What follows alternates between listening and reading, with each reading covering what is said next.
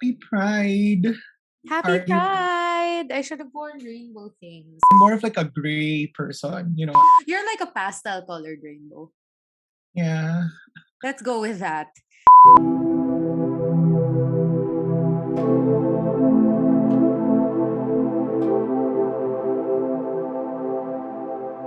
Hey, everyone.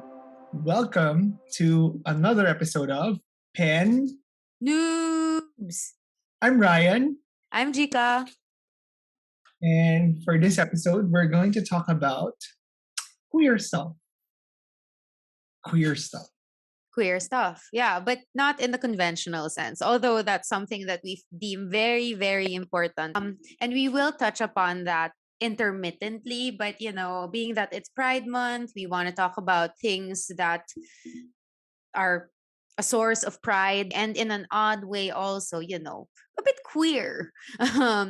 And maybe that these things are the queerness of these things that we're going to talk about today are the root of why we take pride in owning them, okay, in the pen community. So before we get ahead of ourselves, we start with a particular segment called New discoveries. And we're actually prepared this time because we finally submitted our grades.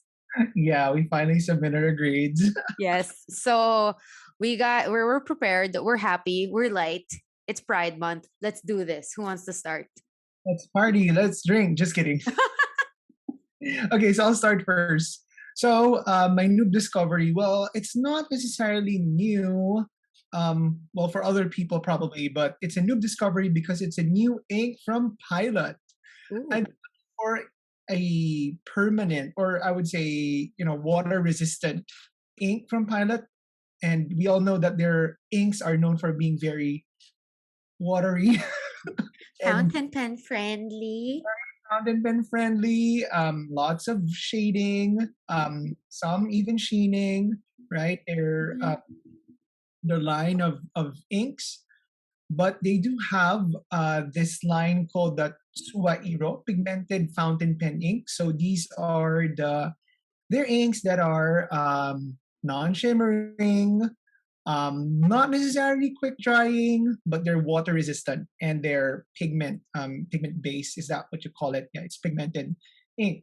So I'm not really sure if I would want to shell out money to try it out because, as some of you may know, I am actually trying to consolidate my inks already, limiting the number of inks I have because I will be moving to a different place by next month. And so I don't think it would be wise to actually buy one right now. But yeah, it's so interesting because Pilot just released their water resistant inks. And I've been looking for an ink that is in the middle of a Mont Blanc, which is, they say, water resistant, but isn't. And what it goes on, the deatramentis, which I think is just very thick.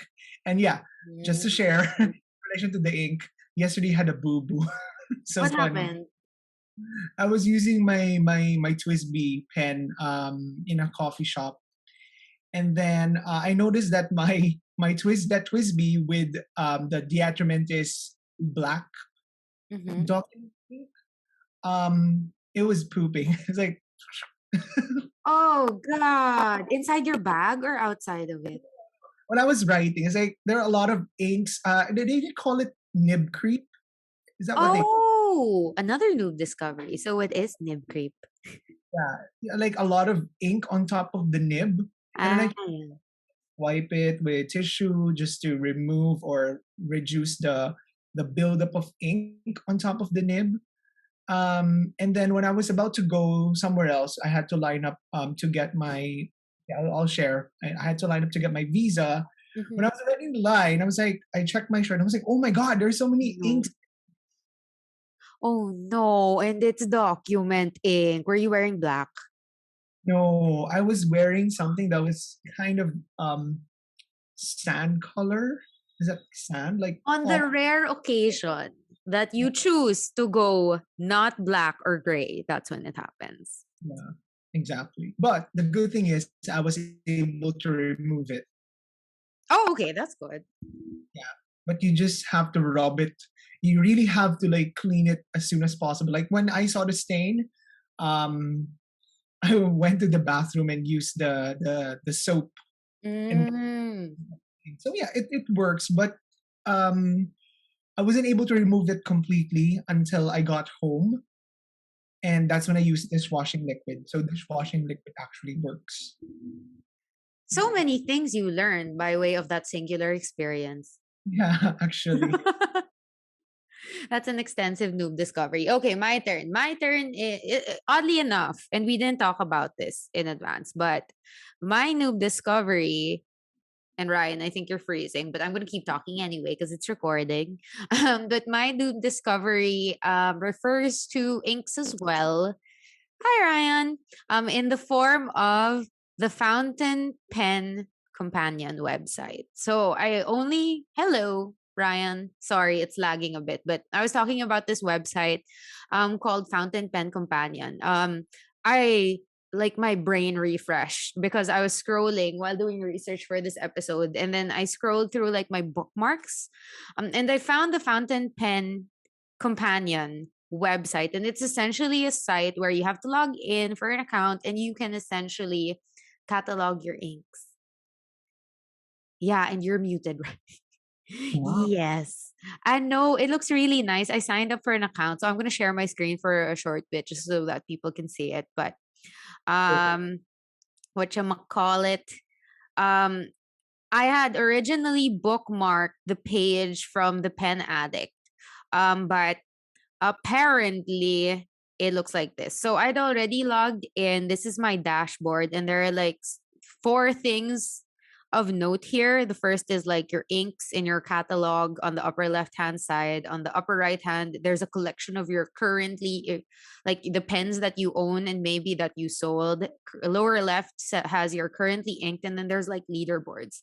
This leaderboard portion, I'm not really sure about how to make it work yet because I don't have friends over here, and my priority is to like catalog my inks and my pens. But like it's looking good. It's looking good. Apparently, according to the Pen Addict, it's and he has they do have an extensive breakdown of how the site works, and you can see it on the screen right now, but don't worry, we will link it. But yeah, for people who are in dire need of a site to do the work for them, or maybe an application to do the work of cataloging for them without having to resort to like Excel spreadsheets. Maybe Fountain Pen Companion dot in oh wait, it's called fountainpencompanion.com. Okay. Could be the place for you. I haven't used it. I mean, I have the account, and I'm looking forward to using it over the next month or so because I keep getting pens, but I keep sharing inks. So once I have closure regarding my collection, maybe it'll be a more definitive site to use. But for everyone else, go ahead, guys. Tell us your feedback once you get onto that site. Yay! Okay. So you use the word closure. Sorry, I just can't help but digress. You know, as you know, Amber Heard and Johnny Depp, their case closed. So, like, what does it mean to have closure with your pen collection? I don't know. I well, you Ryan know my predicament, and our peers or our listeners don't exactly know the details. But I think it's easy to just say that Ryan's gonna go to another country, easy, and I have switched up jobs, not necessarily um turned over a new leaf and like jumped into a new field, but like I'm still teaching. I'm just teaching another level, and I'm teaching in another school while I'm doing PhD applications. Wish me luck on that. And CY, thank you so much for helping me look for universities to list in my application. Yeah, there's a good time. We were talking about the pen that I was going to acquire from him over the next month or so, and I was saying that I was applying for a particular scholarship down in his area. So he really helped me out with that. All the action my pens have experienced so far in this weird liminal state has been to, to apply thing apply to things like listing down majors, listing down universities, courses, requirements. It's not been journaling, guys. It's been life. And honestly, this transition period is kind of tough. But it's not as tough as the period of closure that happened after leaving my other job or our other job. So there's that. This episode is also late by a week, given those circumstances. And guys, I just, yeah, thanks for bearing with us and, going through these life experiences with us as well. Our pens are experiencing my anxiety. Well, either way, at least we've gone through stuff, and June is the time to celebrate. Yeah, Pride Month and Ryan's birthday in 6 days as of the time of this recording. He has the same birthday as my father. Oh, Yeah. wait. Instagram posts. I wonder what picture I'll manipulate this year. Yeah, that's the reason why we can't go out on my or you can't join me on my birthday because it's also your dad's birthday. Woohoo, a Gemini. Oh yeah, my dad's a Gemini too. I have to look for those traits. But anyway, we're digressing. Okay, we're gonna talk about. Wait, are we gonna digress further, or are we just like gonna go right into the queerness? Because they always say that the queerest of them all is a Gemini. I had no idea about that. Why? They always think that Geminis have the weirdest, craziest ideas, or they really like to take risks. In fashion or when it comes to their taste, it's like 1 minute they like things that are mainstream, and then when they end up getting bored, like, okay, I'm gonna dump that. Like, no. This sounds like you. Yeah. This sounds like you. I'm so proud. Oh, I'm so proud of you and your quirks as a Gemini. Actually, what we're going to talk about today are queer things or queer experiences. And we're not talking about queer in a way that we're pertaining to something weird. Rather, it's different. And we do want to celebrate differences in today's episode. We're going to talk about queer habits and probably a bunch of queer stationaries, particularly pens and inks. Yes. So what are we going to start with? The objects or the intangible habits of our queer or quirky habits? We can start with the habits first if you like. I have to think about mine first. What about you, Ryan? Okay, I have a bunch of weird habits that I do. I like smelling my leather goods. Like, I smell my TN. Like, I swear, some people they find it weird. Like, that's actually true. I used to go to his office and his face would be buried in his notebook. And then, I just smell it before I journal. I have to smell. Yeah, that's it. I have to smell the journal first, like the leather, before I use it. If I don't smell it, I don't appreciate it. So what if the object that you bought has no smell? Actually, some of the Galen leather stuff don't have. Actually, this one is Galen leather. Sorry, so it has a scent. Oh, Hobonichi. Yeah, Hobonichi. Unfortunately. Oh, I didn't know that its leather wasn't as fragrant. Yeah, it wasn't as fragrant. It's like, well, it's nice leather, I guess. Well, I got I do believe it's real leather, but it just smell like super. Unless, yeah, maybe I didn't get those leather goods that are really fragrant. But like, for example, this one, what's this one? The Safari. Well, the Safari cover, yeah. The leather doesn't have any scent. Although I do think it is leather. I did double check because I've been avoiding buying PU leather or synthetic leather. Yep. So that's one. Another habit. Oh yeah, I also smell my inks. It's so weird, right? Why would you smell your ink? I don't know. Like, maybe are they still fresh? But do you even know the smell of a fresh ink as opposed to a spoiled one? Yeah. Like, I think the fresh ink smells like nail polish, but Oh, uh, but not the spell ink. but the like the spoiled ones, like they're kind of spoiled. Or maybe they have a mix of, I don't know, bacteria or whatever. They start smelling like vinegar. What? Yeah, I That's weird. So what ink of yours ended up smelling like vinegar? um I had a Vinta ink. It smelled like vinegar. Oh no. We're not chemists. We have no idea what's going on, but like probably yeah, these things really do happen. Smelled weird, or I don't know. Yeah. So there. That's another one. Hopefully there would be inks that actually have. Oh yeah, we there I are, right? do. I do have. I think actually I haven't smelled this in a while. Pickled ginger ink. Yeah, I actually still need to figure out what pickled ginger in Japanese is. But it says Iwashita new ginger original since 1987. Oh, there are musical notes to the side. Okay, I'm gonna open it and I'm gonna smell it. I hope it's still in my audios. Maybe. Sorry. Eh. Eh. Gesture. The push. Ooh, it smells like Calpol now. It smells like Calpol.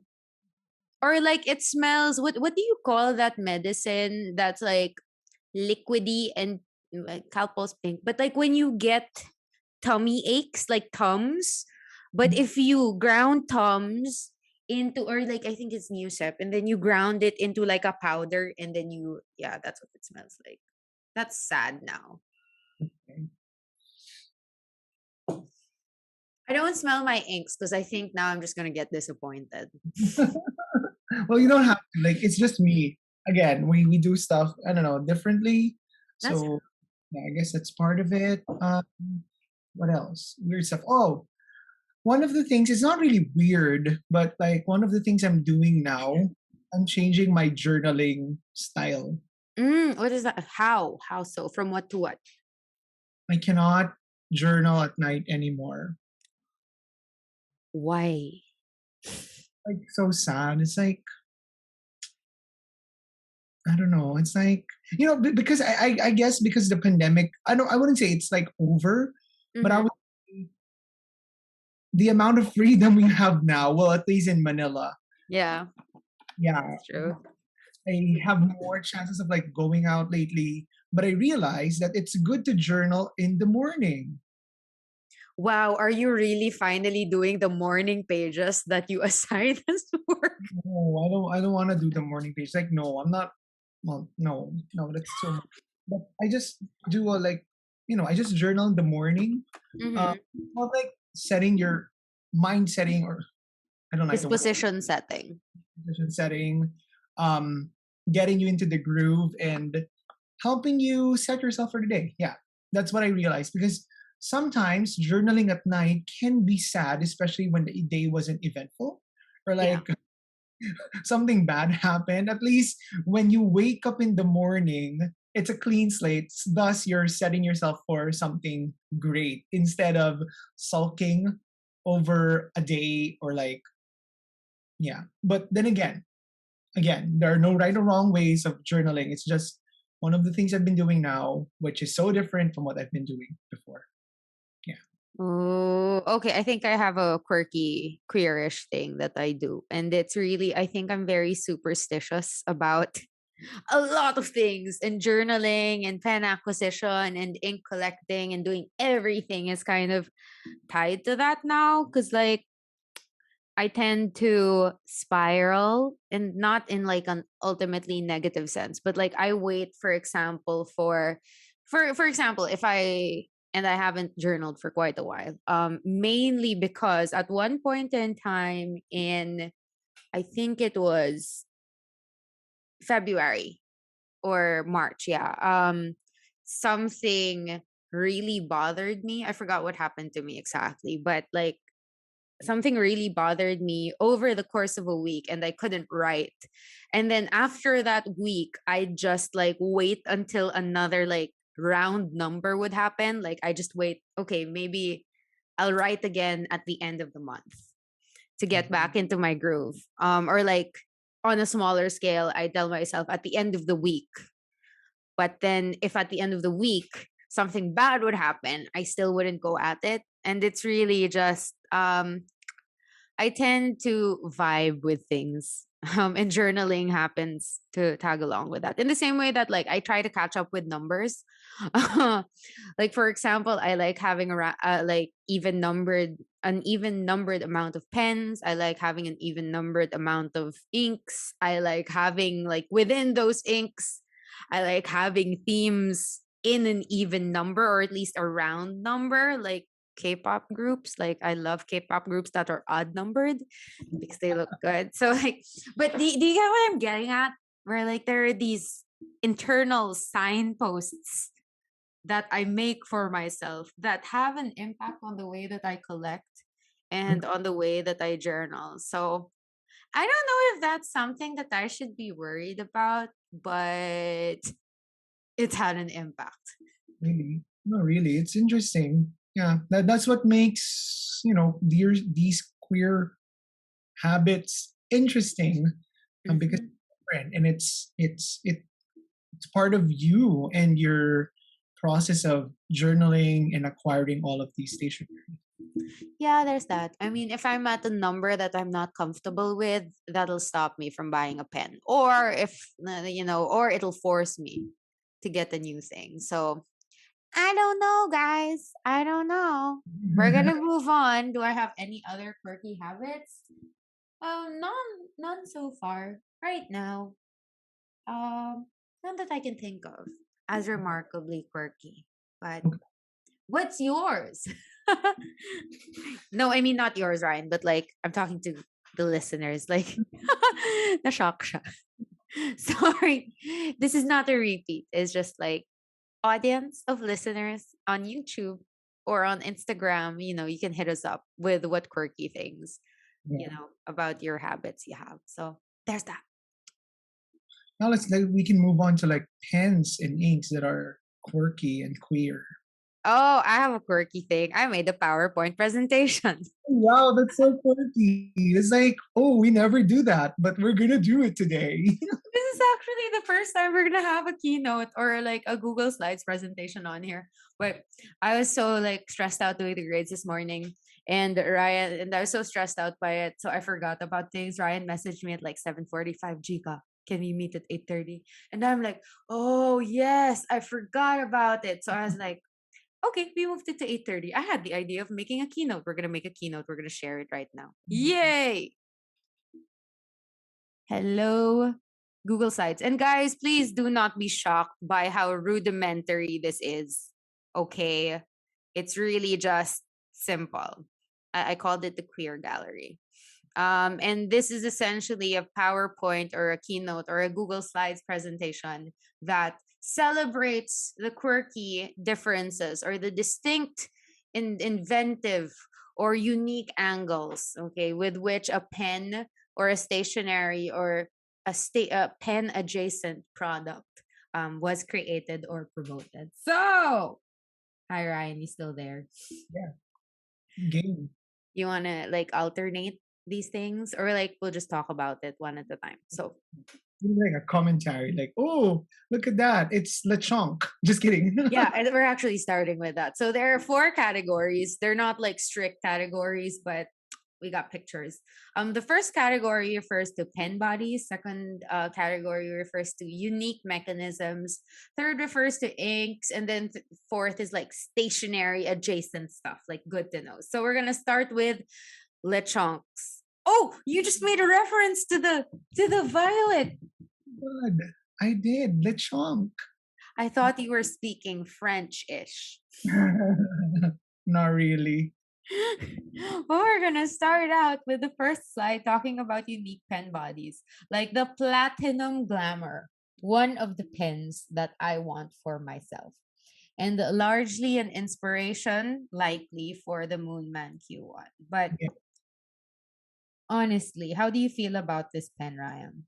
Oh, I have a term for it. What? Guys, please don't touch me. But yeah, In Filipino, there's a word called ipis, which is cockroach. It looks like a cockroach. Oh my god, I was gonna say the exact same thing.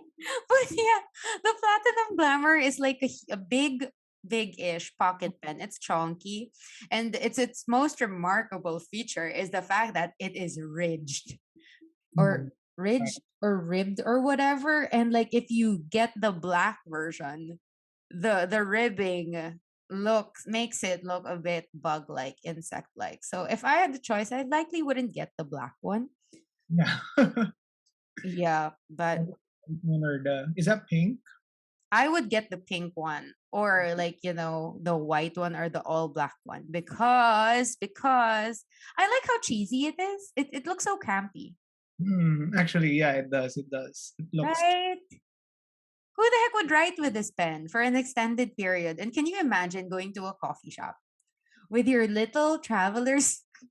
Like you're you're going to a coffee shop with your traveler's passport size, and Mm. then you bring out a platinum glamour pen in pink, and then you're just like, yes, I will write.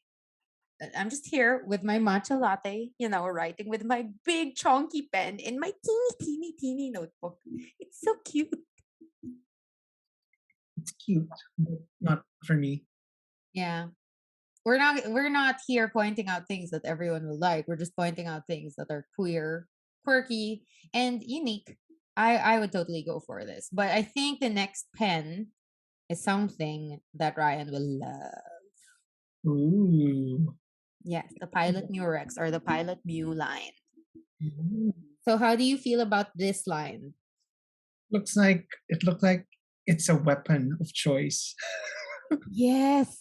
Oh my god. I was talking to Ronan about this because he has one. It is Okay. like when you're commuting, just have your Mu out. Oh shit. Oh, Yeah. sorry. No, it's fine. That's fine. We're adults here. So, yeah, Mhm. but it's great because it's a unibody metal pen. And I honestly don't know how you put the ink in. Actually, same. I have no idea. So if you guys know how, let us know. It's very important, guys, because this is also one of the pens that I've wanted for quite a while. Every time they post it on Fountain Pen Palenque, it's gone in like 2 seconds. Yeah, actually, in a minute, it's gone. Like bam. It's unibody. Is that a term? I think it's a unibody. I think it's a singular body, or maybe it opens up on its backside. I'm not really sure because I never get the chance to purchase it. Okay. So guys, if you're listening and you own one, let us know. Let us know, or let's have a pen meet Yeah. and have us experience it because I'm super curious about how this works. And it's a rare pen because obviously it's already been discontinued. And then Yeah. I'm like also asking myself, Japan pilot, why would you discontinue such a car-like looking pen? It reminds me of that vanishing point you got, darling. Yeah. Yes. So that's nice. Third unique pen body. Additive pens double helix. So I got these pictures, I think, off of Reddit. So what the heck, right? I mean, What's the right? brand? Additive? Additive, yeah.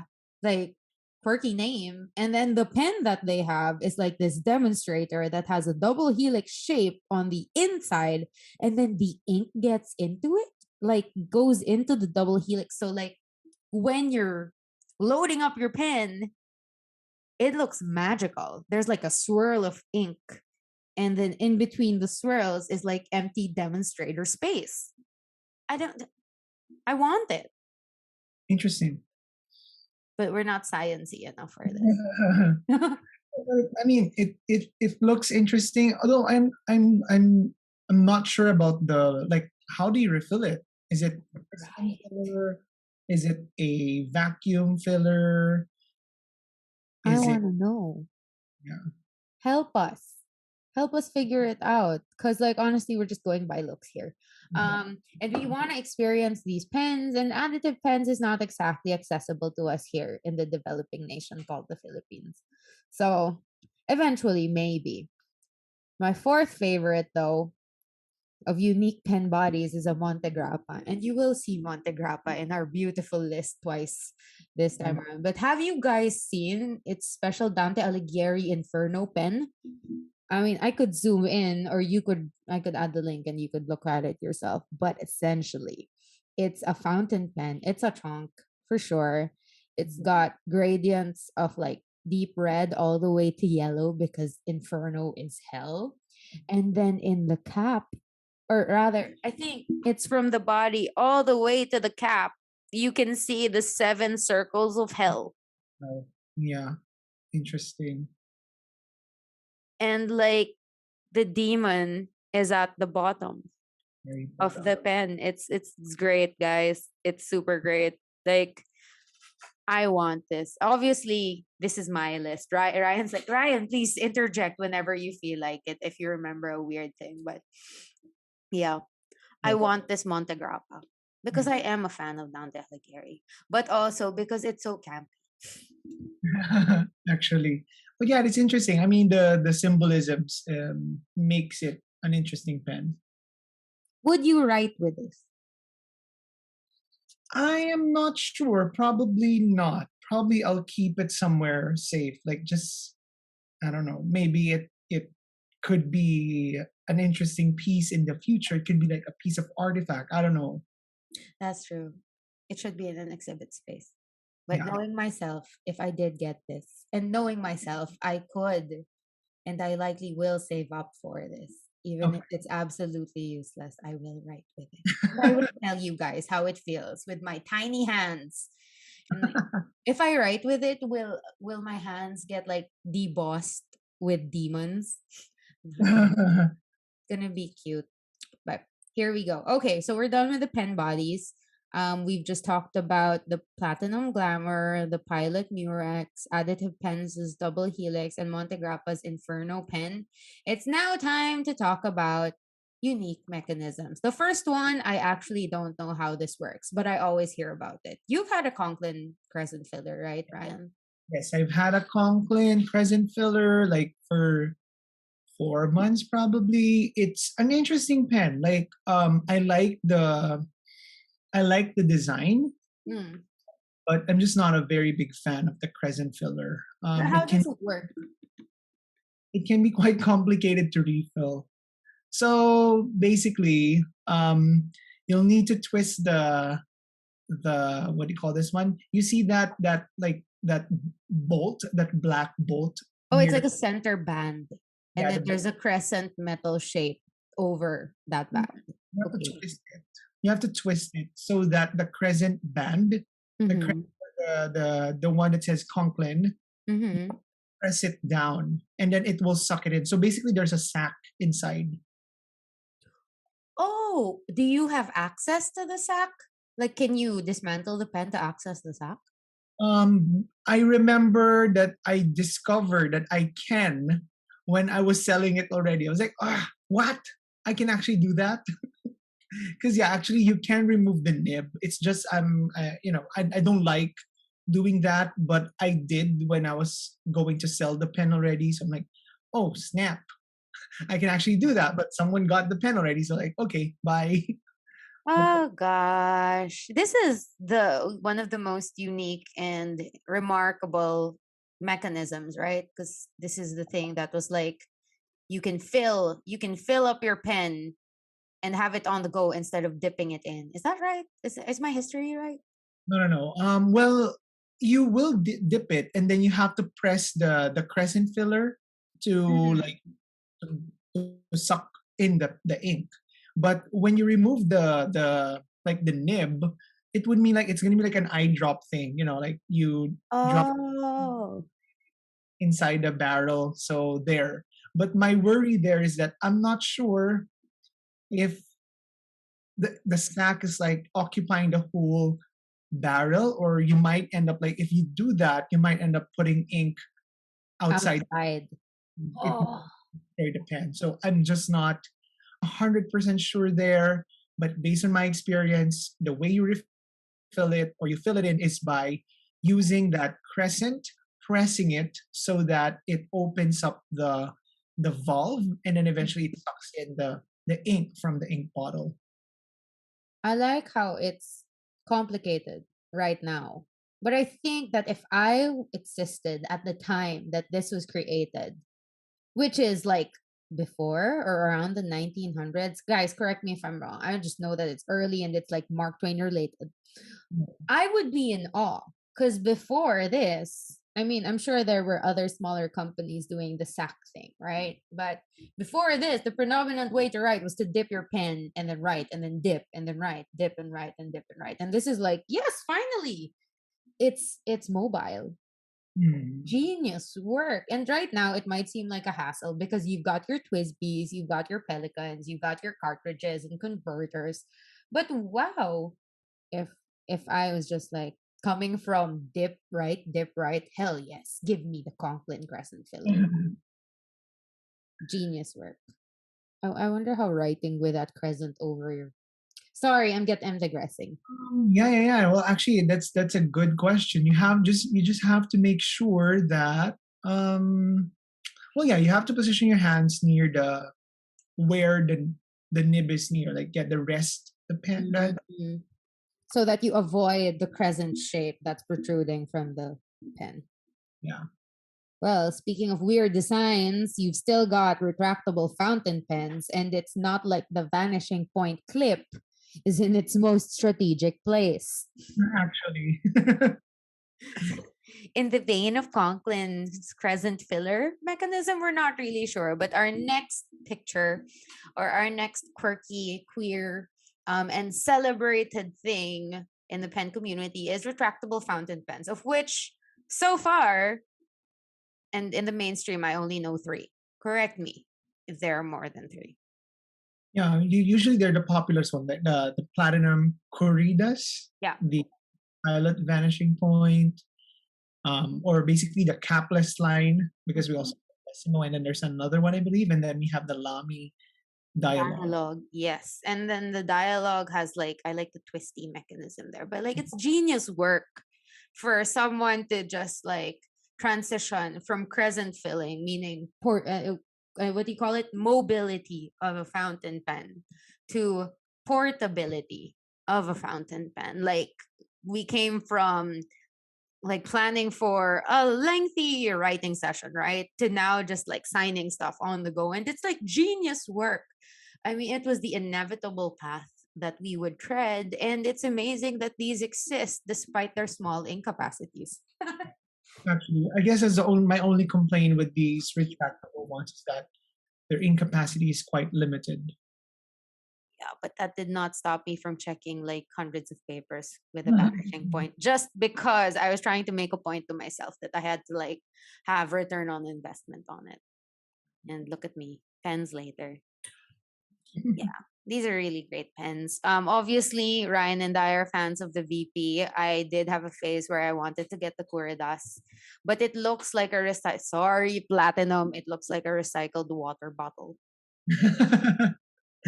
It's plasticky, so it's not very classy, I would say. Like for its price point, it's kind of close to the vanishing point. So yes, I agree. And the distance to retract is huge. That's always the big complaint. I will likely get it eventually once I get over, or maybe make it out of real water bottles so that we're saving the earth, guys. Yeah.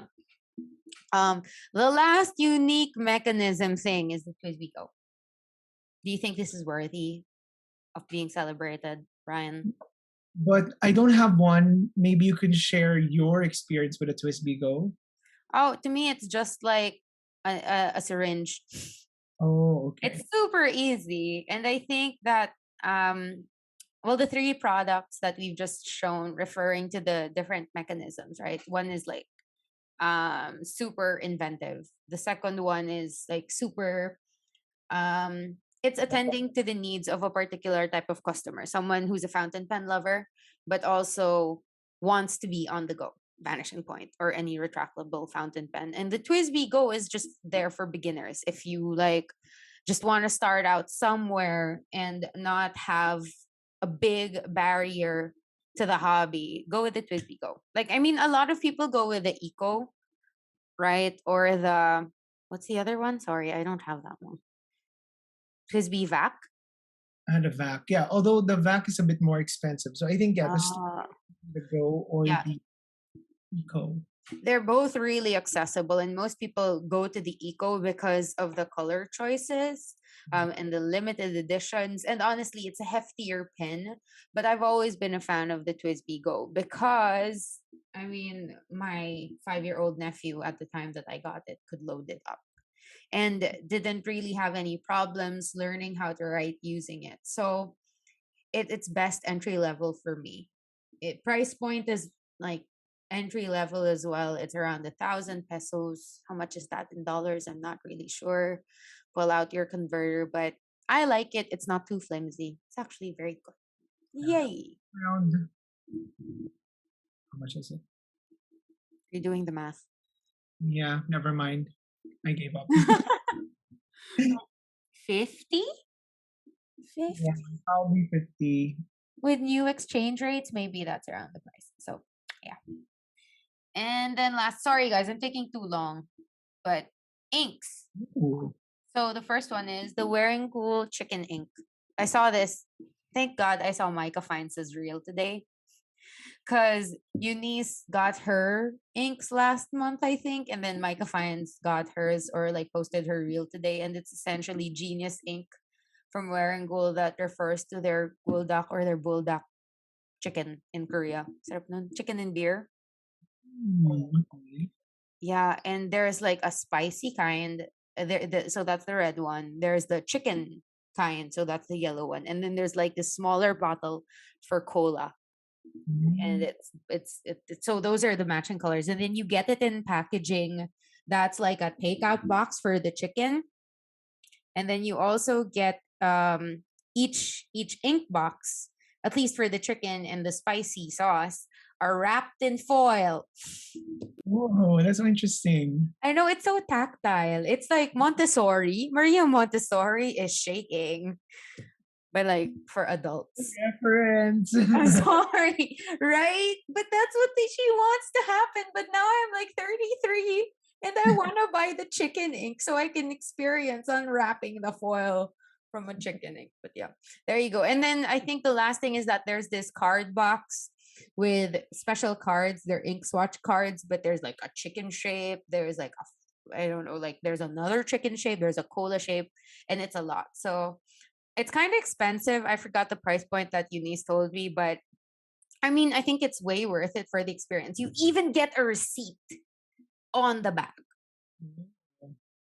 It's more for the experience, really. It's not really the ink itself, but you're paying also for the pleasure of going through such an interesting experience with inks. Yeah. You're paying to feel like you're 3 again, going to your first day of school, and the preschool, the daycare, the preschool teachers just shove all the materials in your face, and it's like, here, child, explore the world. But with Beautiful. yeah. And then the other two are just like the normal stuff. Like, okay, so I already talked about the ginger ink. There's a picture. Finally, you guys can see it. It really does look like the pickle ginger. I got this, I think, X number of months ago. I don't know, half a year ago. And it used to smell like ginger. Now it smells like Calpol. So be wary. And the last thing I think that we do have to celebrate with regard to inks is sheening and shimmer inks. Things that Ryan and I have not gotten back to in a long while. For sure. But it's special, guys. It's there. Please take the time to risk your pens. They are a bit weird, but that's also why they are mabenta. I mean, that's why they sell well. Because, I mean, paper is one thing. It's usually plain. So if you want to jazz it up, you're sheening and shimmering and your shadings there. And the last thing, I think I just want to show this to you, Ryan, and to everyone else is, guys, Ooh. Sylvester Stallone. did you know that Sylvester Stallone has a Monte Grappa Chaos line? He has fountain pens and watches. Ooh. Oh my God. I have no words. I'd rather not say anything at this point. Very ostentatious. It's very Monte Grappa. And the thing is, I was like wondering, why would Sylvester Stallone have a line with Monte Grappa? And I was like, oh yeah, they're Italian. Yeah. But it would be so interesting if Johnny Depp had a collab with Mont Blanc or even Lamy. I was actually looking at that because you remember the news. Thank you, Fountain Pen Memes. We saw Johnny Depp's pen. He actually has ads with Mont Blanc. It does. Yeah, so I don't think this is like a new thing. Or I don't even think it was like a celebration fountain pen. I think he's just been a brand ambassador for quite a while, and he really liked the products as well. That's true.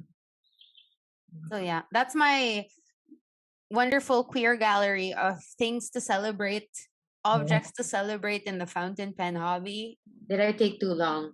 Sorry. No, it's fine. It's fine. Yeah. I guess one of the things we realize here is that all of these interesting, quirky, queer stuff that we talked about today adds to the whole excitement, adds flavor, color, novelty to the hobby. And so actually the reason why we wanted to, what we're driving at in this episode actually is to first to celebrate queerness, first to realize that all of these differences, all of these rather quirky elements of fountain pens, stationaries add flavor to and complexity to the hobby. Similarly, being queer as well, or queerness itself, is something that we should be celebrating, especially during Pride Month, because it makes life more meaningful. It makes life more complex in a rather mundane world that would like to fit everyone into some sort of status quo. Yeah. Agree. And it's really the queer stuff. It's the remarkable stuff that we end up paying attention to and wanting to be around or wanting to own or wanting to create for ourselves, right? And we may be talking about products that are queer in the most conventional sense, but that shouldn't stop any and all from celebrating, pride, queerness in its many definitions and by and through the people queer is around us, right? I'm hello Shopee. I apologize. But yeah, we're not gonna take much longer now. We're just gonna end the episode very soon. Well, I do think the Shopee itself was the closing. It was like, Shopee, time to shop. Well, actually, yeah, Shopee and Lazada will be having their mid-year sale.